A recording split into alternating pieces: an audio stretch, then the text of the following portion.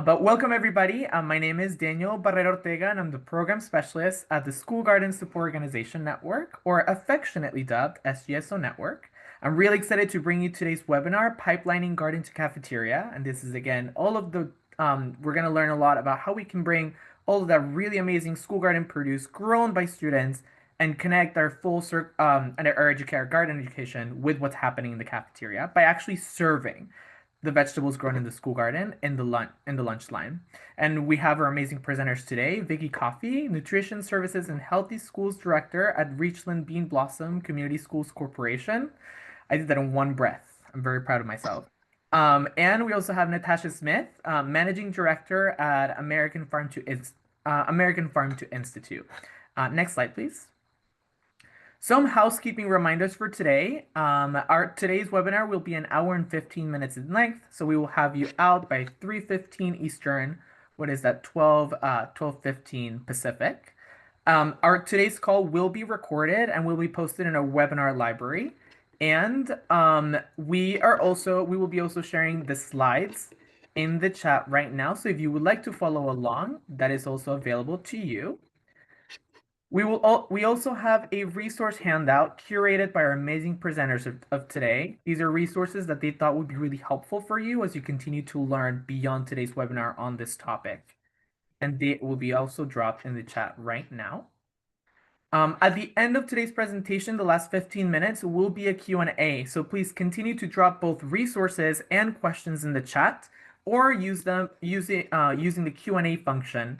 It should be a little question mark thought bubble in your control box. Continue to drop your questions. I will be collecting them, and we will ask our presenters at the end of today's webinar. And as always, we love to hear your feedback. I will remind you this at the end of the presentation, but you would like to keep it open. Here is our feedback link. We love to hear what you liked about today's presentation, what topics you like to see, or maybe different formats that you would like to see presentations that we do at the SGSO Network. Our resources, of course, are all for you. So we love to hear your voice. We want to create things that are relevant and helpful to you. Next slide, please. Some general announcements and resources from the network. We have our peer learning communities. These are groups of school garden professionals that gather based on role type, organization type, and it's a really great support system for them to meet throughout the year at a cadence that they decide and talk shop, offer support, share expertise and resources. A small sampling of ideas of peer learning communities that we have currently operating that might be relevant to you. We have a program directors and program managers, PLC, a middle and high school garden programs, as well as an elementary school one, and a district-led school garden program as well. So that's just a small smattering of PLCs that we have available. But if you'd like to see the full list, you can find a link in the chat below. We don't actually have food and nutrition services peer learning community. So if you would like to start one, if that be of interest, send us an email to info@sgsonetwork.org with this idea or any other that you would like to meet, and we'll follow up in next steps. We also have affinity groups. These are identity-based. Right now we have LGBTQIA2S+ and people of color in school gardens. So please follow the link if you'd be interested in joining one. Next slide, please. Super exciting is in February 19th through the 22nd in 2026. We will be having the Growing School Garden Summit in Phoenix, Arizona. This is a national school garden focus, the only school garden focused convention in the country, hosted by Sprouts Healthy Communities Foundation in partnership with LifeLab and the SGSO Network. So over 600 school garden professionals will gather in Phoenix for 4 days of professional development, networking, really good food, and really to invigorate and move forward the movement of school gardens. So if you're interested, definitely register by December 17th. Unfortunately, scholarships are closed, but we do have a deal right now for early bird pricing. So if you're interested in saving $100 off of registration, definitely register by December 17th. The link will be dropped shortly. Here we go. Awesome. Next slide, please. And this is part of our 2025 School Garden Superorganization Leadership Institute webinar series. This is, as I mentioned, these are all alums from our School Garden Superorganization Leadership Institute, which is hosted by LifeLab and the Whole Kids, a project of Whole Foods Market Foundation, Whole Foods Market Foundation. Apologies, just had coffee. And these are all alums, and these is a week-long retreat where we get a cohort of school garden champions from the country for a full week of professional and leadership development, networking, and collaboration between them. So a few of them have offered to create webinars to share their expertise with the network, and this is one of them. And talking about this, next slide, please. We're super excited for our upcoming webinar. The next one will be in January, focusing on sharing success. How do we use successes? How do we storytell with them and share them with our communities to share the impact of school gardens? Presented by Sam Ullery and Abby Mars, which I believe one of them is in attendance today. Super exciting. If you would like to register for it, definitely check out the link that will be dropped in the chat below. Perfect. And next slide, please. And lastly, this is a really amazing resource, especially when we talk about Garden to Cafeteria. The Garden to Cafeteria Toolkit created by Slow Food USA as well as Whole Kids. And this is, again, a playbook on how we can get produce from the school garden served into the lunch line. And this includes who do we engage, what are some key players that you should engage, as well as case studies on how different districts have been able to serve school-grown produce in the cafeteria lunch line. That is enough from me. I want to pass it on to our amazing presenters of today, Vickie and Natasha. Take it away. Great. Thank you, Daniel. I'm Vickie Coffey. I am with RBB Schools in Ellettsville, Indiana. I am the Nutrition Services and Healthy Schools Director. So welcome. We're glad you're here today. I want to tell you a little bit about our school district. Our enrollment is just under 3,000. I have 4 schools, 1 preschool. Our free and reduced percentage is at 33.7%. And although we are a lower free and reduced school district, we do offer several free items for our kiddos.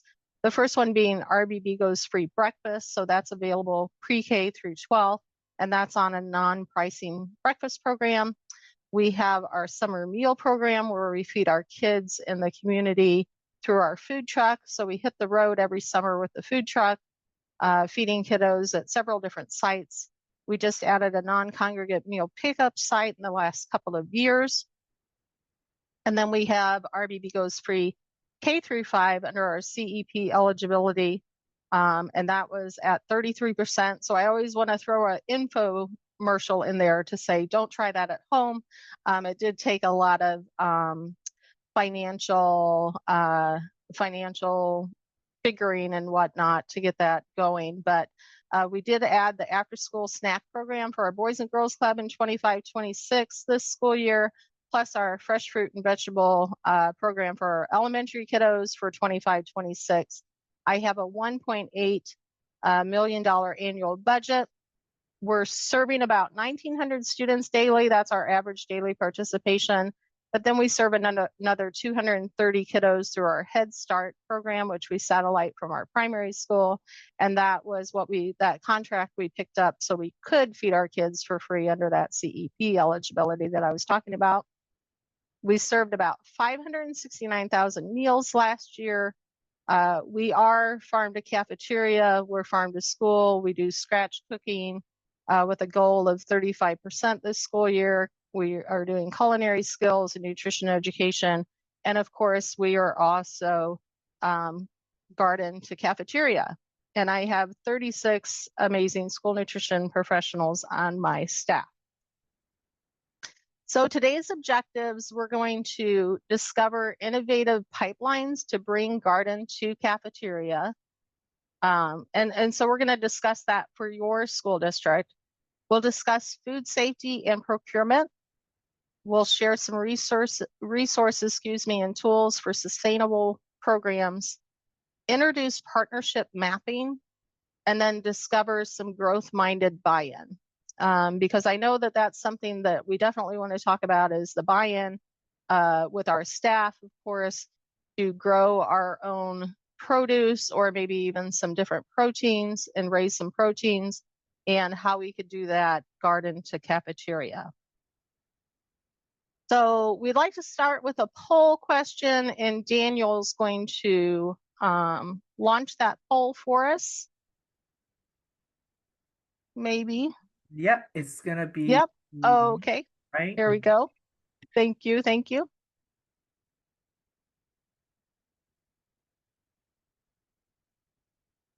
So the question, of course, is what does your garden to cafeteria program look like? So if you could fill that out for us real quick, just to get a sense of where we are, that would be great.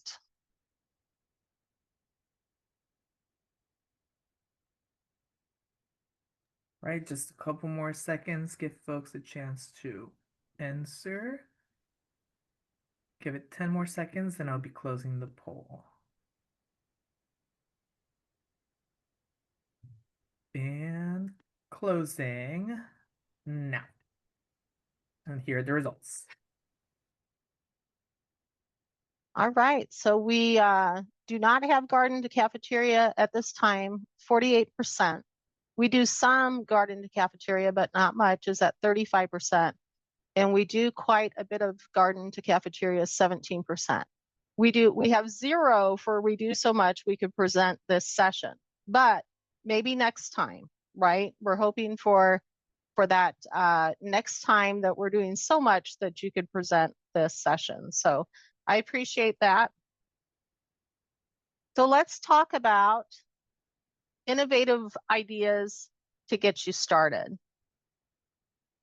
So I have a few pictures here for you, and the one with a couple of teachers building a garden, that was probably back in 2012, maybe 2013. So it's been several years ago that a couple of primary school teachers, so K through 2, came to me and said, hey, we're looking at this grant through Indiana University, and we are thinking we'd like to grow a garden here where our kiddos could get those snacks for our after school snack program.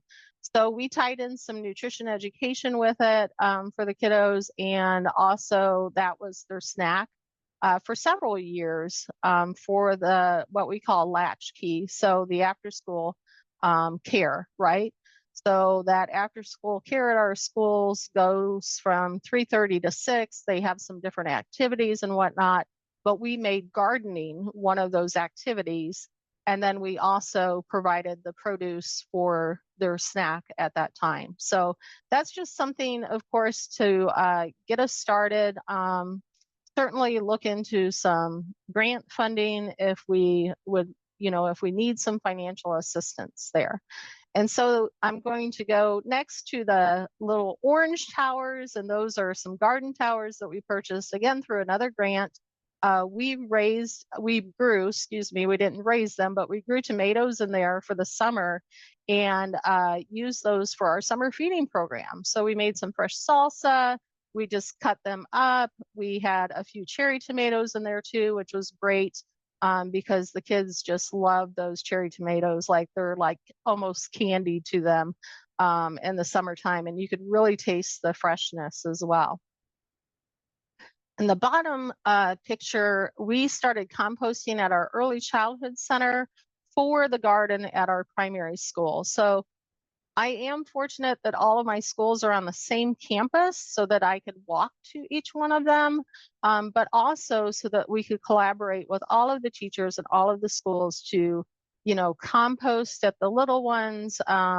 This was the early childhood center, so I'm talking 3 to 5-year-olds that were learning how to compost, and they composted things for us, and what to compost, like they learned what to compost as well. And then that compost was brought over to put in the compost grinder or container, whatever that terminology is. And so then we were able to use that compost for this primary school garden, which is again K through 2. So that was something that we connected district wide. And then you'll see the herb gardens. Herb gardens were great. We're going to add one of these to our high school, our new high school build, right next to our pizza station, which should be any day now. We'll be in that new space, but right next to our pizza station, so we can actually just cut our fresh basil right there from our own garden. And then we used quite a bit of the cilantro. We grew cilantro for those, for the salsa as well. So we are drying our herbs, as we grow them. Most of our herbs are not grown through this little shelf, area, shelf tower, if you will. They are grown through this other tower, with all of those greens on it. And that is our Fork Farms hydroponic units. So most of them are grown through that. You can see some dill up there in the corner. So we are growing our dill for our homemade ranch dressing. And then you'll see the last picture has some students' hands there, where our students are getting involved at our ag classes. They are sprouting the seeds for us and actually taking care of quite a few of the Fork Farm units as well. So that's great that they're getting involved, and we're teaching them at all grade levels how to garden. So then I also want to mention, for folks that have not quite started yet, is to remember that to try not to put perfection over progress, right? Put your progress over perfection. And so these two pictures are here for you to show that beautiful garden that we did get with the grant. We had the raised towers. We had a lot of volunteers working on that. So it was great, and it was in a beautiful space, right? However, the other picture is a picture of our junior high garden. The kiddos wanted to repurpose some things that they found around the school and or around the house. And so this was actually put together by students at our junior high. And again, it was to repurpose, but as you can see, it's not perfect. It's not necessarily pretty, but they made this work and made it happen. And since then, we have made it pretty, if you will, because we certainly don't want it to be an eyesore. But again, progress over perfection, right? So my advice there to you is just to at least start somewhere, whether you have grant funding or not. You can certainly do garden to cafeteria and make that work. So I'd like to talk about food safety, because I know that's a concern for a lot of directors and school nutrition professionals that have yet to bring in garden to cafeteria. And so food safety, of course, is a concern for all of us. So I just want to mention a HACCP program, and that we all have a HACCP program, right? And so that's kind of what you could be looking for when you are, or know that you have that and have that document available, if you will, when you are looking at garden to cafeteria. So we have that HACCP program. We keep that housed in our school kitchens. So just refer to it quite often as you get going. And then GAP is good agricultural practices. So a lot of our farms are GAP certified, and you can certainly download that information and find out exactly what the GAP certification entails. But if you're looking for more education on food safety, there is a website here that I linked for you called Produce Safety University. It's through the USDA and the Institute of Child Nutrition. So they have come up with a week program, and you can go. I don't know if it's virtual now or in person, but it is a week program. The link is here for you to check out. So that's something available for some education in garden to cafeteria and any farm to school programming that you're doing. There's also a farm to school toolkit. Now this one linked here is from the state of Indiana. The state of Indiana is great in providing us farm to school and garden to cafeteria resources. And so that's what this toolkit is here for. And so Natasha, if you wouldn't mind answering the question as far as other states that you might know that already have a toolkit available. Many states have farm to school toolkits available to them, but as well as the National Farm to School Network, you can also use resources you can request resources through our website as well as a partner. Okay, that's great. And I'm glad you mentioned the National Farm to School Institute, because isn't there a conference coming up pretty soon for them, as well as, I know the school garden is in February, but I feel like the national one's coming up as well. Is that right? That's correct. That's in December, and we'll In welcome and December. look forward to many folks attending and getting to meet lots of our team members as they work to help solidify and support your programs. Great. Well, thank you. Another thing is ServSafe training and certification. So we actually require every one of our staff to go through the National Restaurant Association ServSafe training and certification. Now, because we require that, I decided to become an instructor and a proctor myself so that I can host that on site. And then, of course, we just pay our people their time to take that training. But that's something that we should be looking at anyway, providing some food safety training and certification. We just decided to require ServSafe for all of our employees. And then I linked my SOP here for you. This is our standard operating procedure on our hydroponic harvest to cafeteria. So I reached out to my local board of health, which I suggest you do. Everyone should reach out to their local board of health. So whoever's in your county, for when you decide to grow and do garden to cafeteria, like with this hydroponic unit. And I said specifically, what do I need to make this happen?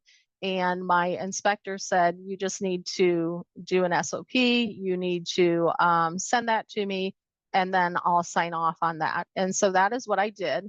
And it was as simple as just typing out the steps, just like HACCP, right? You're typing out the steps that you take to keep food safe. So I wanted to share that with you. Again, it's linked in the presentation. And I did mention, of course, right here to work with your local board of health. So those are and they'll be different. Every county is a little different, right? So I kind of want to give an example there, but I can't think of one right off the top of my head, but maybe Tasha can here in a little bit. All right, so then the other thing that we're concerned about is procurement, right? So food safety and procurement. The procurement specifications and selection criteria. So of course, we all know about micro, small, and the formal procurement that we have to do, right? But we can also put some specifications and criteria into our procurement, and we can do that by geographic preference and putting that in your specs, or define your local. So just putting this out there for you. I'm going to open this one up. This is just something that I use as a template.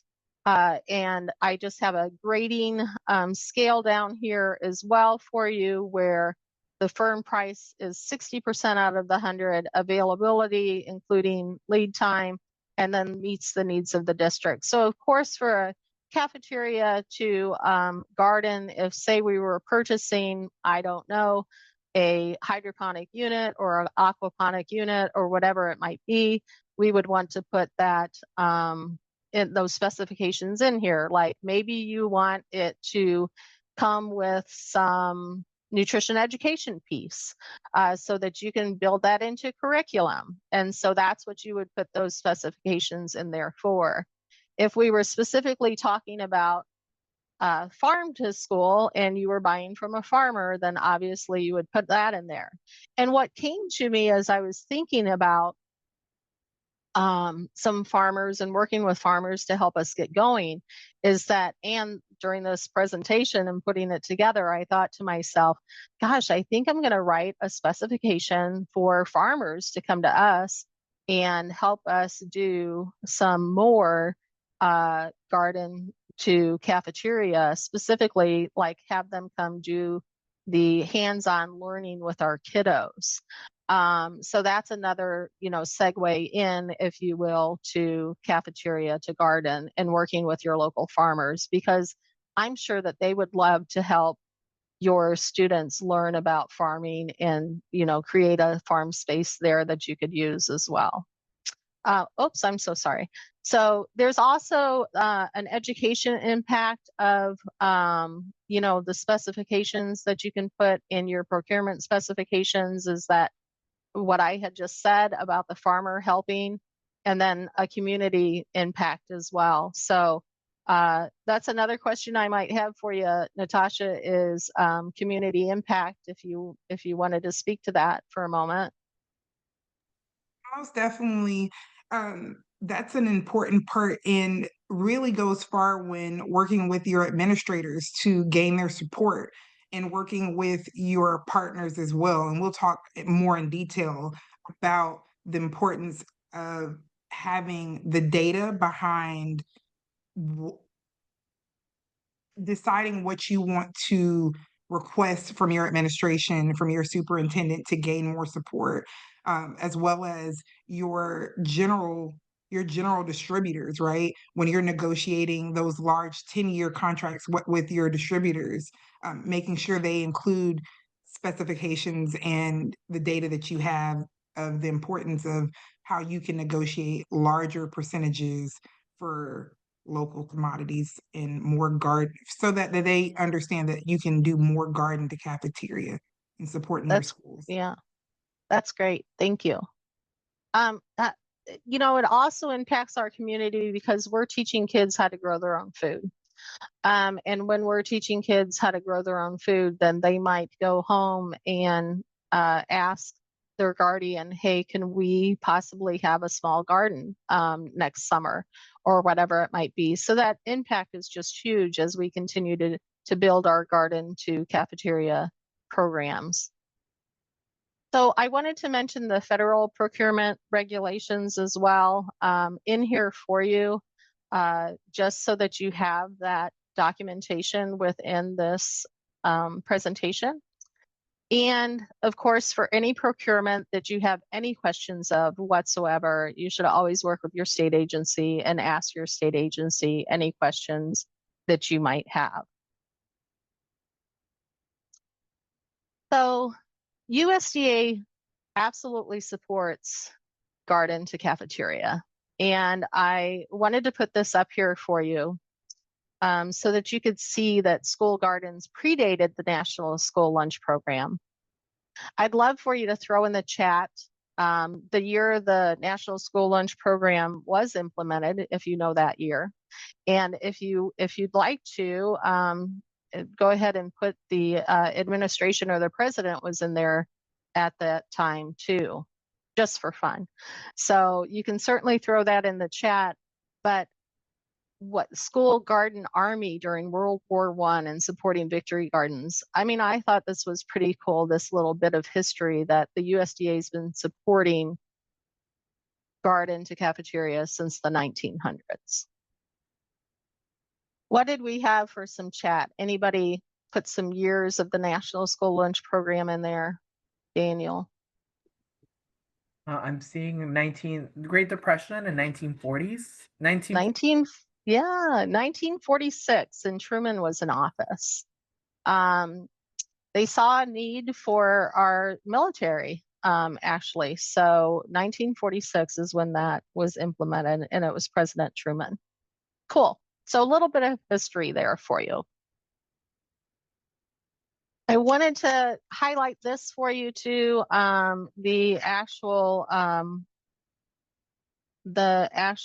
SP of allowable expenses for any type of garden to cafeteria things that if you're looking for any anything at all, supplies and equipment, whatever it might be, you are actually allowed to buy those from your nonprofit school food service account. However, we need to make sure that it serves the purpose of operating and improving the school meal program. So we want to make sure that we're improving the school meal program. And that being said, we do not want to grow, just saying this, iceberg lettuce, right? So we want to grow some leafy greens. We want to make sure that we're improving those school meals. And what that does is improve student attitudes towards their fruits and vegetables, consumptions of fruits and vegetables. I was just blown away by how many students wanted to try our leafy greens right from the Fork Farms unit. So I had kiddos, and these are 7th and 8th graders, actually just taking the lettuce and eating it to try it. And they loved it, and they could taste how, of course, fresh that was. But when they grow it, they want to try it, they want to eat it. It also increases the awareness of nutrition education. And again, so kids know where food comes from, right? It doesn't come from the inner aisles of the grocery store. It actually comes from the earth. And providing quality, fresh product at a competitive price or little cost. So we are buying some apples right now. I would love to grow our apples. I'll tell you about my fruit tree grant here in just a minute, but I would love to grow those. But we're not right now. So we're buying those from a local farmer, and the taste of that apple is so much better than, I mean, pretty much anything. So I have become an apple snob in the last few years because of this. So sorry, it's just just the lingo there. So it'll also increase your school meal participation, because you're going to get kids that have never purchased a school meal from you, but because they grew something, they're going to want to come in and they're going to want to try it. So that leads me to availability, right? And so I know a lot of you are thinking, how could we possibly grow enough for our cafeterias? Well, unless you have a huge greenhouse, then you will not be able to grow enough food probably for your district, right? I am fortunate that I have a small district, so we can grow quite a bit to serve for one day at least, and sometimes we're able to grow enough leafy greens to serve for the entire week with a salad bar or whatever it might be. But some is better than none. Even if you're growing your herbs and adding those to your homemade pizzas, or to your, you're adding the cilantro to your salsa, or you're adding some dill to your homemade ranch, or even if you're buying some ranch and you just want to spruce it up one day, to add some of that fresh dill, because some is better than none. And that leads me to this next slide with these pictures here for you. I just wanted to show you this as an example. And then last year in the state of Indiana, we did Food Day, and every year it's in October. But last year was pumpkins for our Food Day. So we grew pumpkins, and we ended up not having very many pumpkins at all from our harvest, and certainly not enough to cover anything for lunch for at least one of my schools. So rather, we decided that we could use those pumpkins in a parfait. Now, we could have used these pumpkins in a parfait. This parfait is more recent, but that's just an idea, right? It doesn't have to be for lunch. You can certainly grow things for your breakfast program as well, because most of us have a lower participation for breakfast than we do for lunch. And then I had to show you my cute little granddaughter here. That's Willow. And I brought her a couple of pumpkins home as well, so she can kind of check it out. And I was just making notes for her about what color are they? They're orange. Like we did all this little, a little thing for her. Gosh, let's see, she was 3 then. So, and it was fun, but just putting those pumpkins in front of her to say, these came from the earth, and Mimi grew these. Mimi and her team grew those, right? Most recently, we had a 5th grade class plant our seeds for the Fork Farm units, and they put them in the rock wall here, and then they learn, because that Fork Farms does have a curriculum piece with it. The teachers absolutely love So they go through the curriculum, you know, there's science and math and all the things that fit into your STEM programs. So if you're thinking maybe you're looking for something like this, then work with your teachers to make that happen for you. So it's just certainly important, of course, to make this school-wide and not just put on the cafeteria staff, which is part of that buy-in for your staff as well. And we want to make sure kids are learning in the process. So how about the next poll? Because I want to talk about partnerships next. And this is our poll question, and Daniel will put this up on the screen for us and launch that here in just a second. So tell us how many partners you currently work with on a regular basis.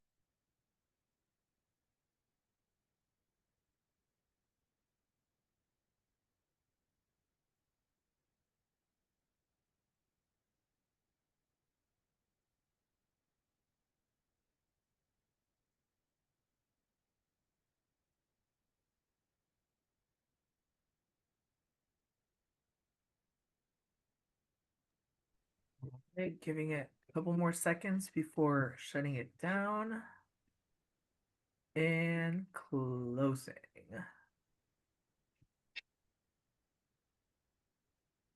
Oh, wow, that's exciting. We have so many partners, we can't keep them straight as 30%. We work with 2 to 4 is 30%, and then 20% on 4 to 6, and then we do not have any partners. That's great though, that 30%. We have so many that we can't keep them straight. It's so, I mean, that's just wonderful. That just warms my heart. And that makes me happy too, because we just simply cannot do this alone. And I am not a can't do this alone or can't do this type of person. I'm always a yes person. Yes, we can do it. We'll figure out a way. But I do know how important partners are, especially when we're doing something like cafeteria or garden to cafeteria, excuse me. I just put a few partners up there that can help us with grants and training and programming. The Healthy Meals Initiative, we just finished that grant for the last 2 years. We were in that grant cycle. We had our first year of planning and then implementation. It was fantastic. And if that grant comes around again, certainly plan to write it. Through the USDA, there's lots of grants there. The Patrick Leahy grant is out right now. Action for Healthy Kids has an amazing amount of grant opportunities. So if you're not on their portal, I would suggest that you get on that portal for sure.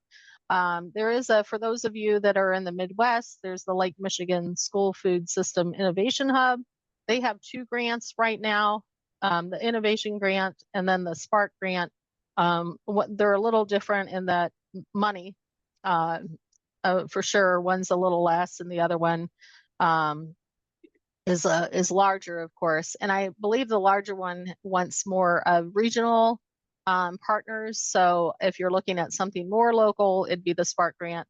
Something bigger and regional would be the Innovation Grant. So you'll want to look at those.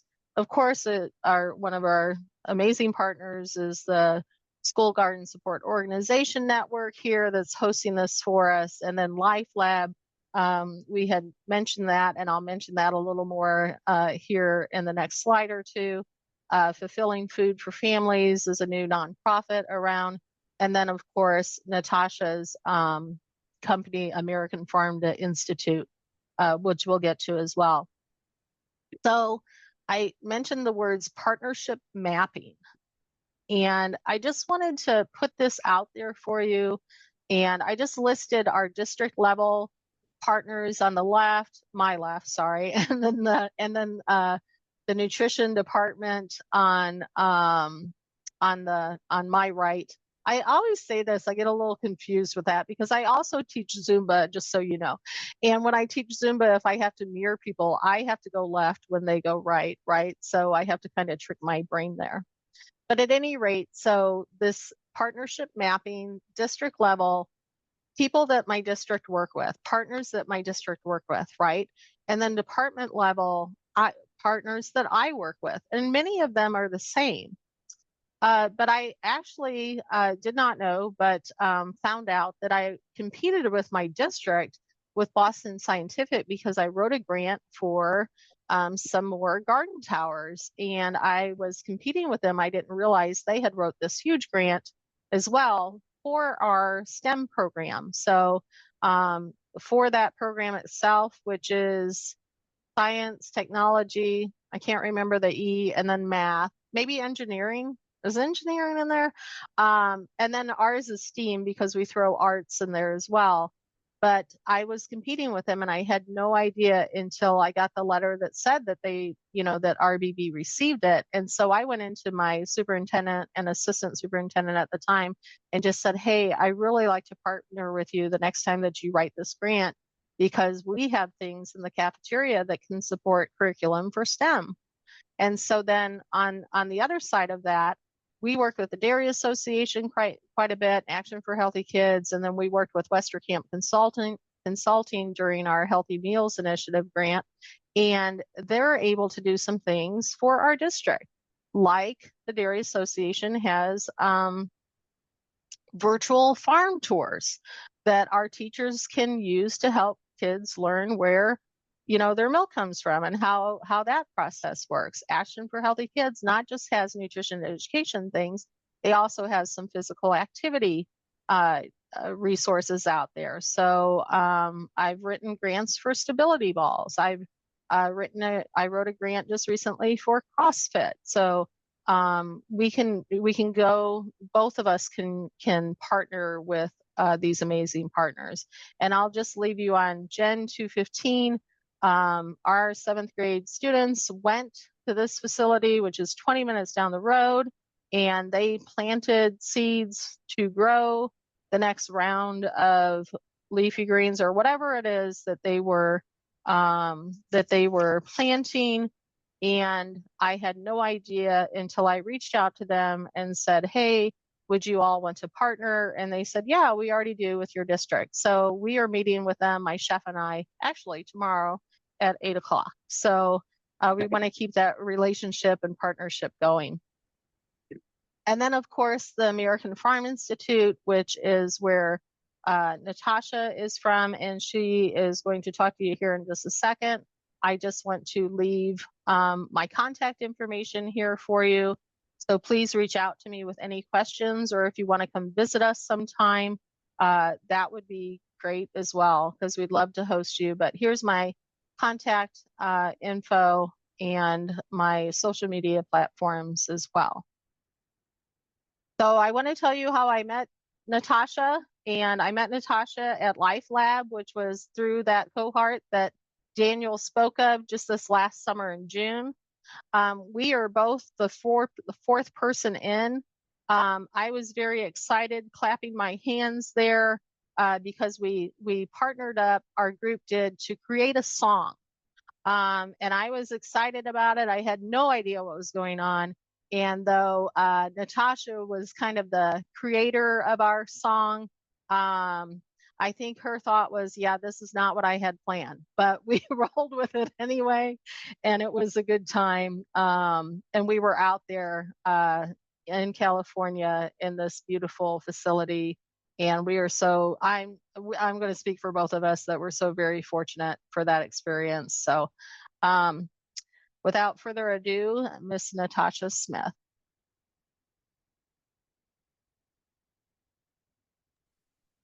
Thank you so much, Vickie. My name is Natasha Smith, and I serve as the Managing Director for American Farm to Institute. And I just want to start and lead with giving you all your own applause for even being here, for taking, for many of us, it's first steps. So if you'll drop in the chat, give yourself a round of applause, because it takes effort, time, and dedication. And we so very much appreciate you being here and working in this passionate capacity to truly work to serve our students fresh local foods. So that is amazing, great, and life-changing work. It truly is. Well, The organization I work with, American Farm Institute, builds bridges between farms, schools, and communities, as well as other institutions. I'm very passionate about the garden to cafeteria pipeline, and I'm a very visual person. So if you can imagine PVC pipe, consider us and your partners in your communities. AFI is nationwide, so much like Vickie is our partner, we visit throughout the nation. Our team works very hard to use our resources and our partners in our network to be able to connect different school districts and schools individually to organizations in their community that can further assist them, much like Gen 215, or I can't remember their name right now, but that's a level of capacity of the connector that we are in each and every one of your communities. We are a local nonprofit, and we work as a 501c5, not a 501c3. And that's only small changes, right? There's only small differences there. But for us, we work to support the work that you do, because many of you already wear in this time and day 4 and 5 hats, right? Realistically, uh, you you need as much support as possible, and that can look very different for different schools, for different programs, for different directors. You have leadership who may choose to, that are gun ho and ready to support your farm to cafeteria and garden to cafeteria programs. And then you have some that may need a little bit more convincing with statistics and data. And sometimes they need the whole pie drawn out for them. They need to know that, how are you going to do it? Is this safe for our students? This is where we come in and support your organization with training, whether it's not just simple knife skills, but take it above and beyond with opportunities where we can come and host and provide additional training, or invite you to see what our kitchens look like and what our student-led kitchens look like, as well as introducing you and connecting you with producers that are in your area. For example, in Florida, unlike Indiana, we don't grow as in large numbers. We don't grow apples. Apples traditionally grow Georgia and above, right? So connecting with local farmers, it's still local if it's within 400 miles based off of the state of Florida and USDA requirements, that we can buy apples from northern Georgia and it's still local. So those are some of the details that we can be instrumental in connecting for you, alongside other community partners like farm bureaus, your farm credit organizations that work with us and are partners of our organization. And we are able to help smooth out that relationship, because we already have the relationship on what work we do together and programs we use to support our communities, as well as with many local universities. A lot of universities have IFAS programs where they're already working in ag, or they may have a dietitian program, and the students have a fraternity and they have so many requirements for volunteer. And we will be able to incorporate working with a student that is looking to further their research on garden to cafeteria or farm to school, or other options, if you the success of salad bars, more or less. I'll start with a story, but before we do, we'll switch slides. Go ahead, Vickie. Thank you.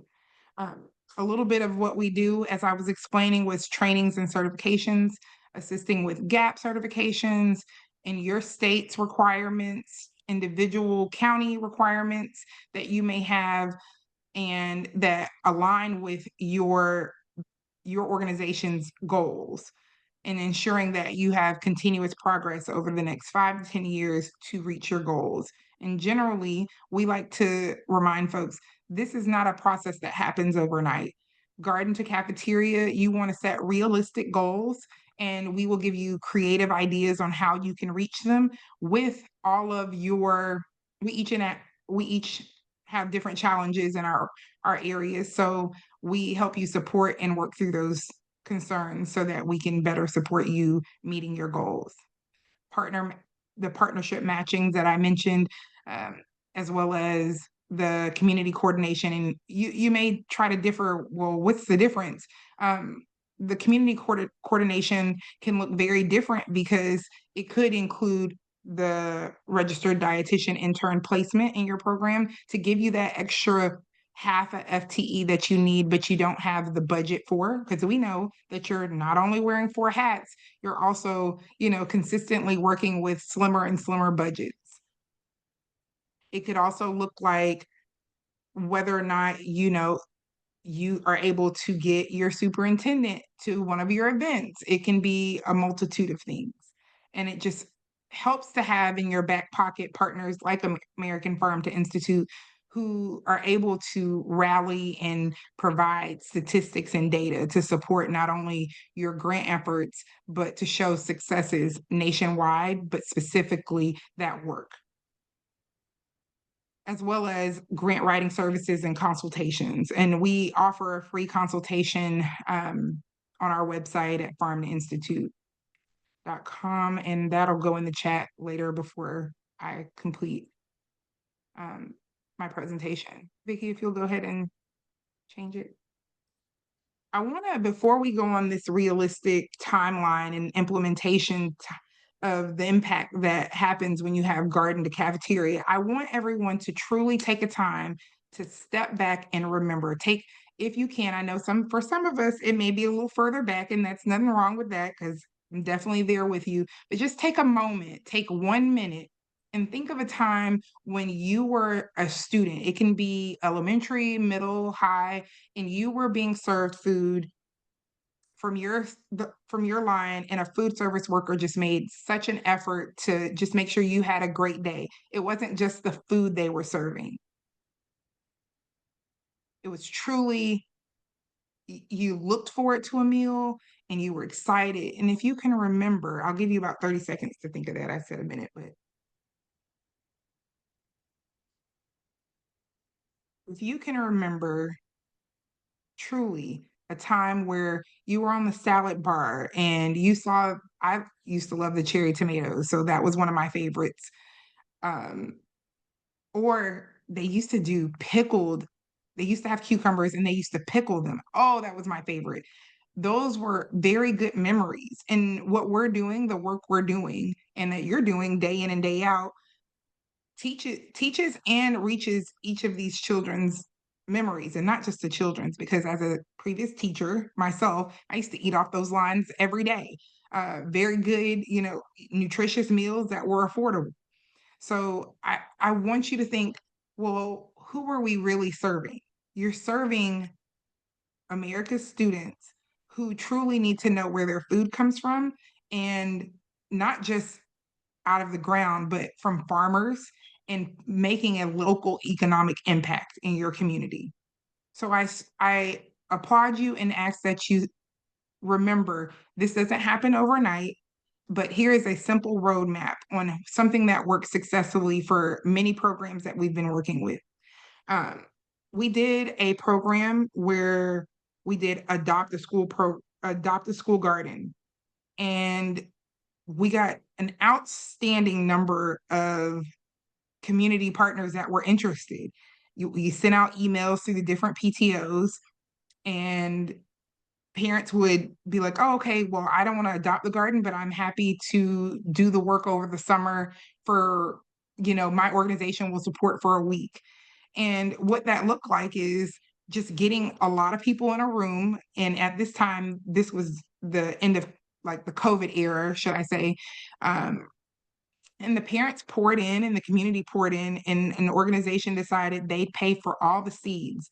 Now, yes, your programs can buy what you need with your budgets and the allowabilities, but it was amazing to see a community partner decide that they were going to support this local school garden. And it, in fact, ended up with a Farm Bureau organization in the county, and they provided all of the seeds as well as built the garden bed, which, was a standard 4 pieces of wood and 4 end blocks. And they did it 3 times to start.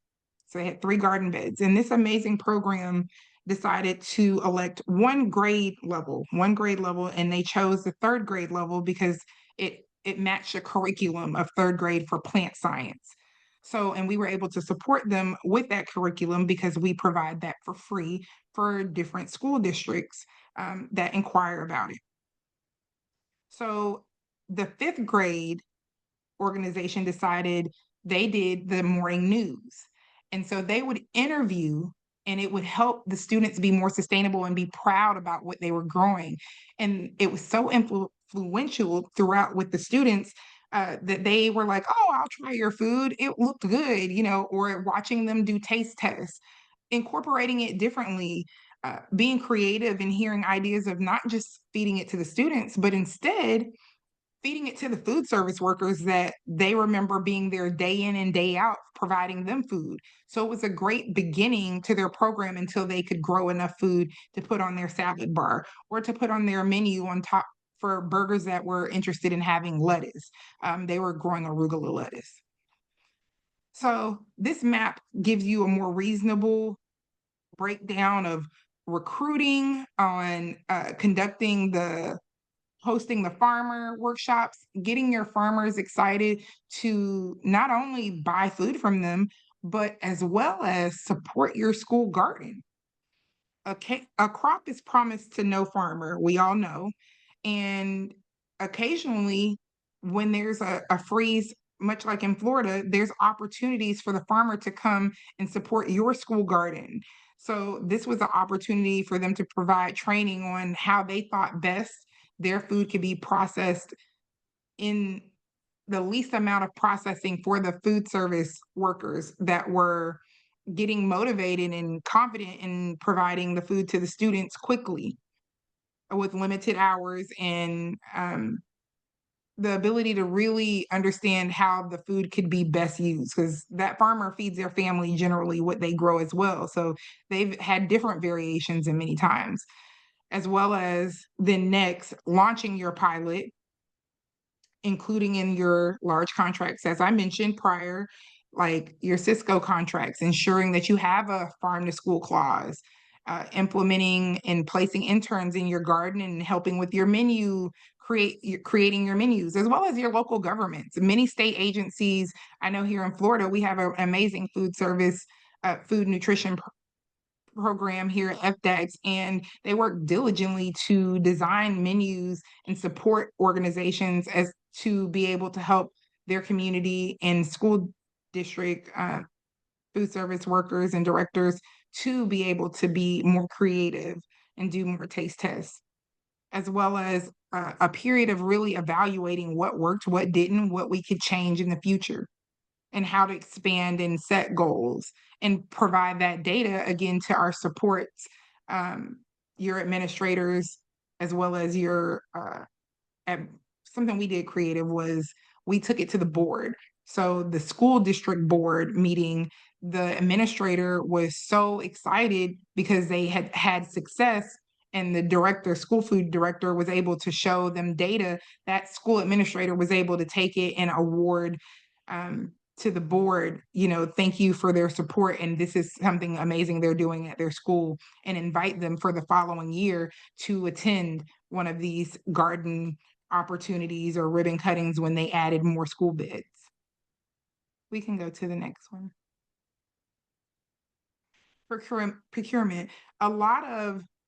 So we go in detail in our trainings that we provide, and many of you as school food directors you're aware of your budgets. You're aware of starting with small. It gets you a lot further. It's best to start small, right? Imaginably trying to figure out what works. You want to figure out a set number of vendors to get to work with that are local and committed, and you need to understand what your students want to buy. You don't want to buy too much of an item that no one eats, right? You want to implement it and give the farm story or the garden story to help facilitate the students trying and opening up to new things. The importance of education, that is how when you're reading the data after you've evaluated, you want to see and ensure that you had student participation. You want to ensure that it's a transformative moment where, okay, this is what works, this is what did not, and how can we move along from here to continue to reach our goals,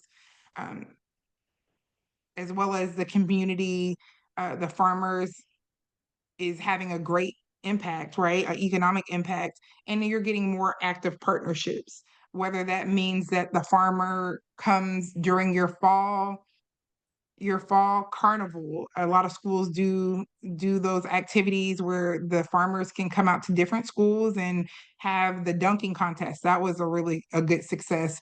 It was filled with what the children believe was milk. So that was the dairy product, and there was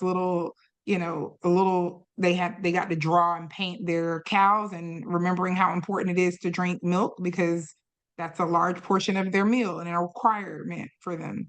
As well as they got to put their favorite food service worker in there alongside the farmer. So that was a great moment to incorporate the importance of garden to cafeteria, knowing where their milk comes from and other ways it's used.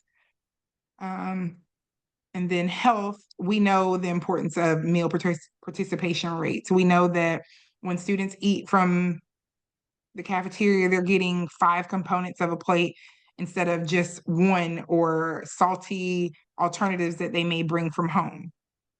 And there's less, and also the weight reduction. We love composting. So teaching students about their banana peels, not them not eating their food, but what to do with the remainders of their food and how to implement it back into their gardens.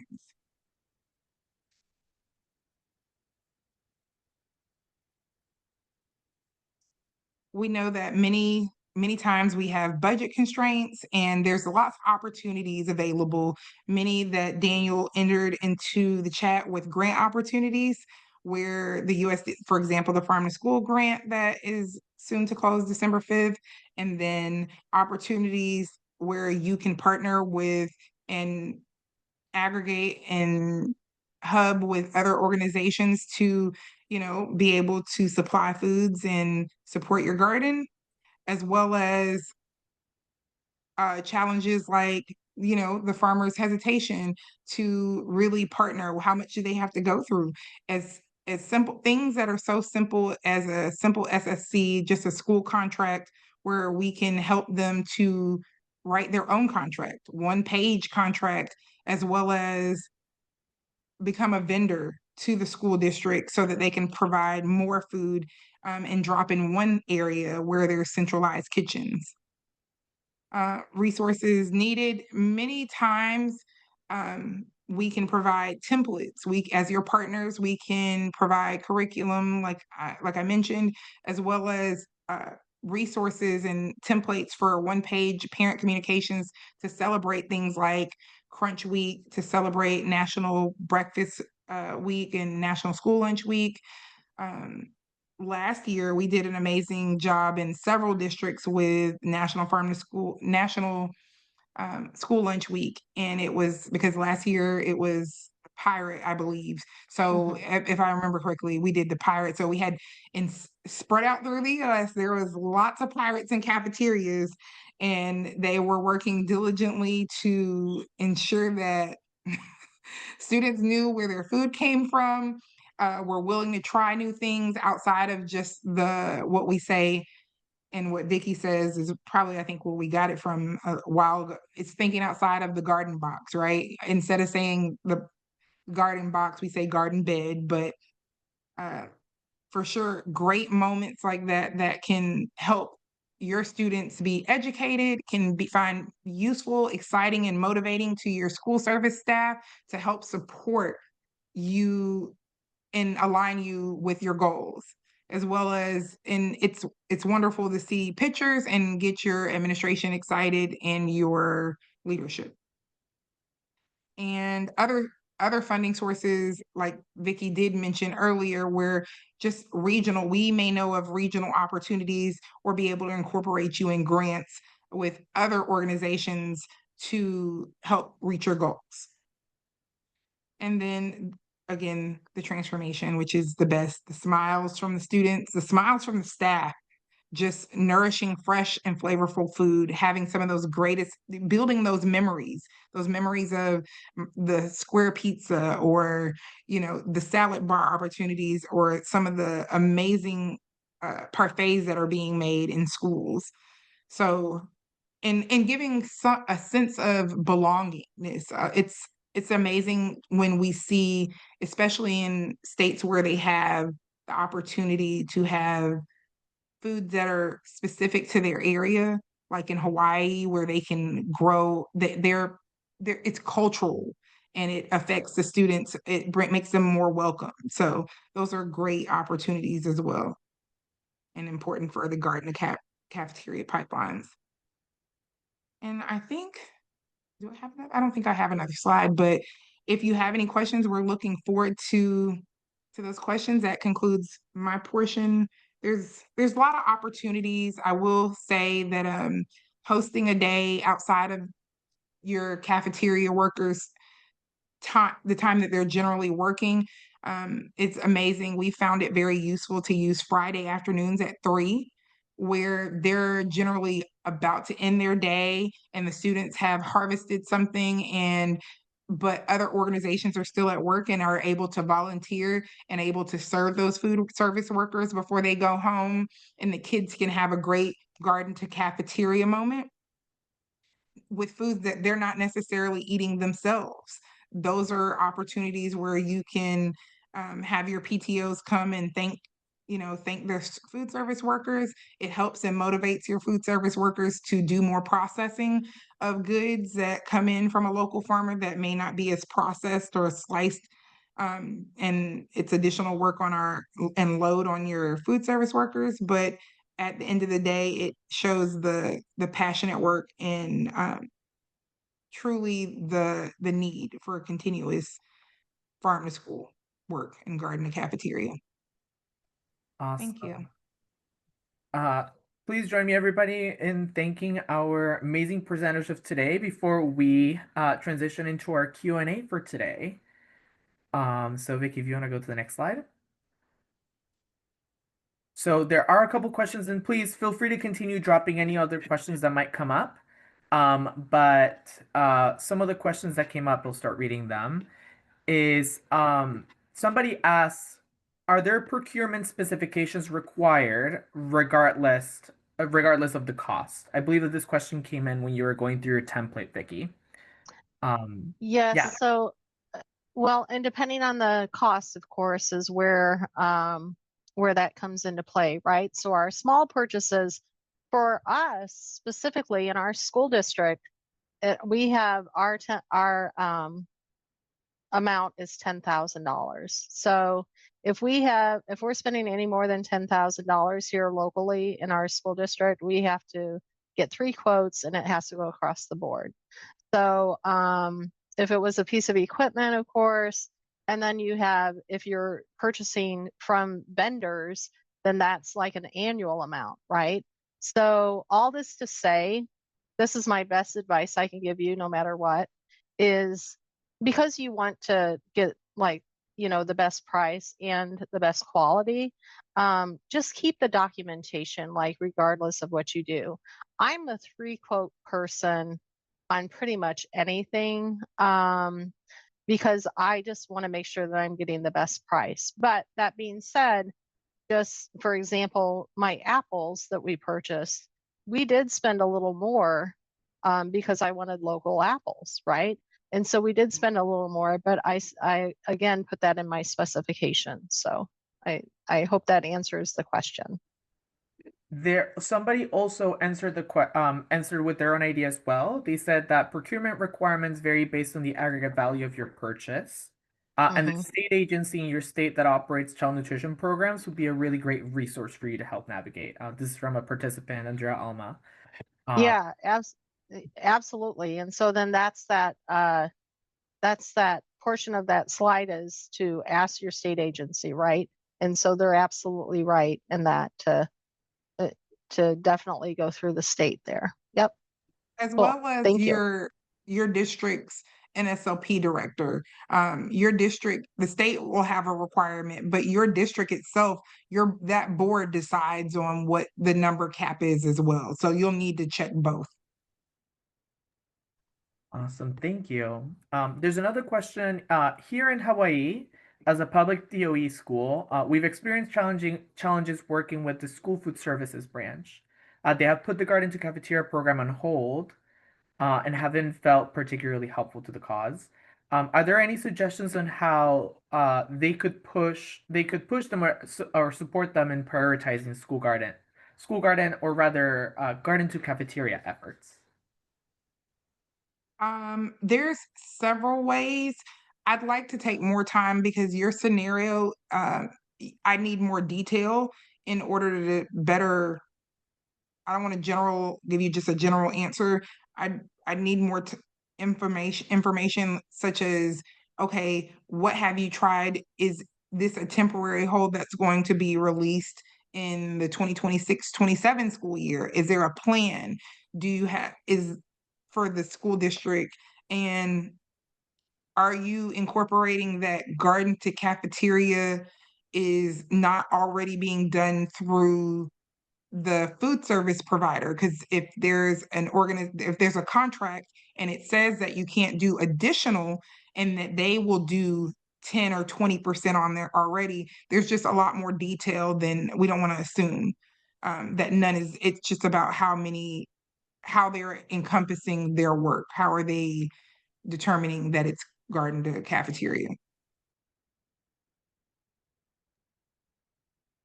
Awesome, thank you. Um, somebody also wrote they have a thriving program, a garden program, and are working towards incorporation into their cafeteria. This person is a finance director for the charter, and they're particularly interested in the accounting of the incorporation. Um, they're interested in how the sales of the garden produce to the kitchen is handled. Is the pricing of items as well as accounting for the partnerships.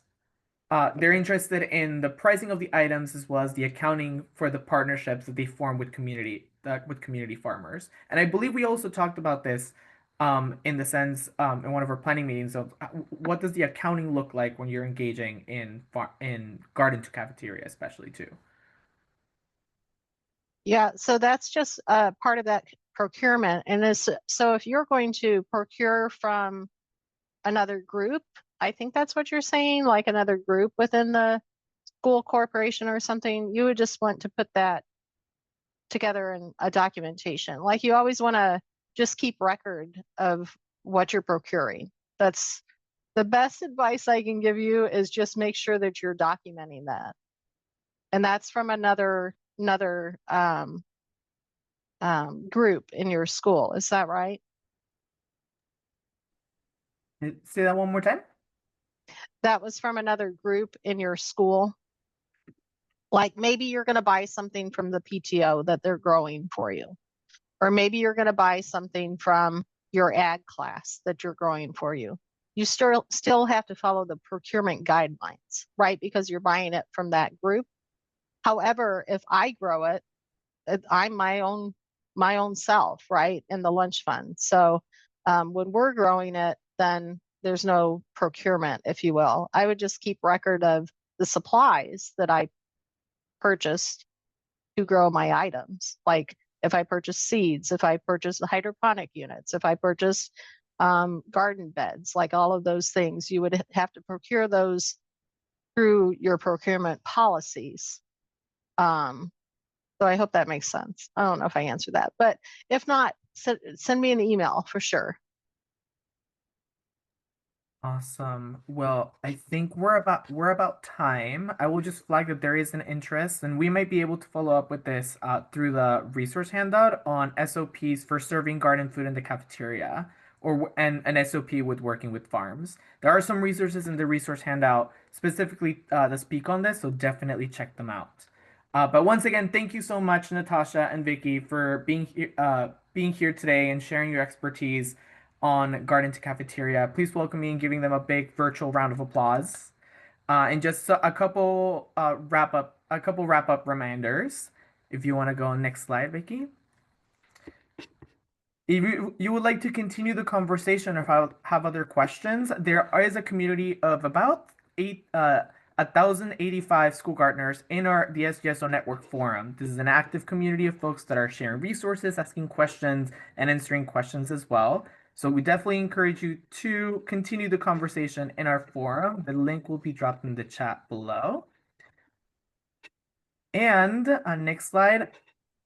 Please remember to fill out our feedback survey. We want to know what you found helpful, what other topics you'd like to see in the future. We want to create content that is relevant and actionable for you. So please, please, please fill out the feedback survey. And last slide. Thank you all so much for being here today. We hope that you learned something new, and we'll see lots of really amazing school garden produce in the lunch line. Please connect with us at SGSO Network on Instagram, on Facebook as well, facebook.com/SGSO Network, or check out our website, sgsonetwork.org. If you have any other questions, please feel free to email us at the email that you can see, info@sgsonetwork.org. And that will be it for today. So thank you all so much. Have a great rest of your day. Hope to see you next time. Bye, everybody.